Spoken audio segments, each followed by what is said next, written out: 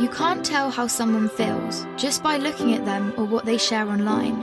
To the outside world, our lives may look perfect, even if in reality they aren't.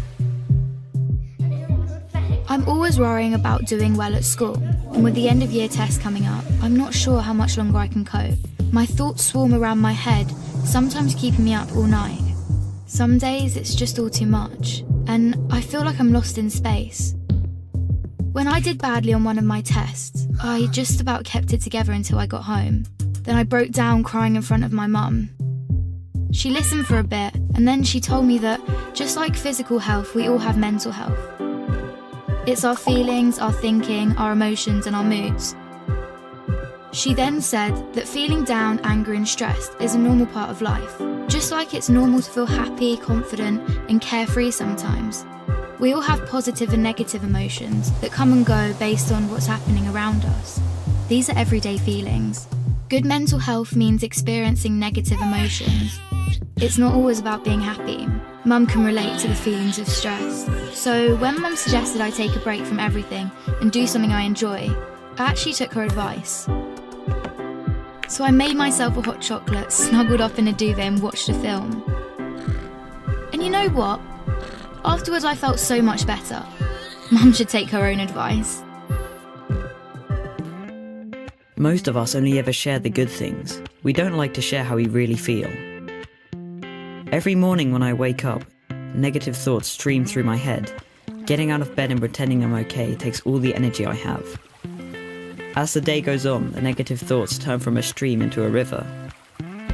The water rushes through my head so loudly it's hard to concentrate in lessons. And some days it's so bad it feels like a waterfall that's trying to pull me over the edge.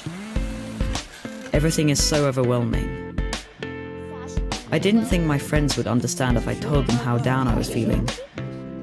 But when Sasha opened up to me about how stressed she was feeling, I told her. I wasn't sure how to bring up how I'd been feeling, so I started by saying that I didn't feel like myself. Just her listening made me feel like she understood. She told me some things that had helped her, so I tried them too, but it didn't make much of a difference. Even when I tried to be around my friends, I felt alone. The things I used to enjoy weren't fun anymore. I was really worried about Andre and not sure what to do. He was quiet and wasn't hanging out with us like he used to. So I asked our head of year for some advice. He suggested I get Andre to speak to him since his negative feelings weren't going away. I didn't want to speak to our head of year, but I also didn't want to keep feeling so down, so I went. He said that sometimes we have overwhelming feelings that can be more intense than our everyday feelings. These feelings hang around for a long time and change the way we feel, think, and behave. They can stop us doing what we want to in life. That's what I was going through. He also said that if we're physically unwell, we let people know, we ask for help. It should be no different with mental health. Sometimes our overwhelming feelings are brought on because of things in our life.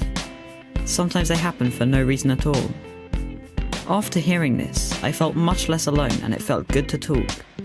Scientists have found exercise can help when you're feeling low, so our head of year encouraged me to sign up to the school football club, which Sasha was already in. I still have days when the river is there, but now I'm beginning to understand my mental health. I'm learning how to cope. Our head of year reminded me that my friends, family, teachers, and lots of others at school are there to help just as much as he is. I had no idea the people around me could be so understanding. And while it's not always easy to talk about my mental health, the person I'm talking to might be able to help. If you don't feel like talking, that's fine.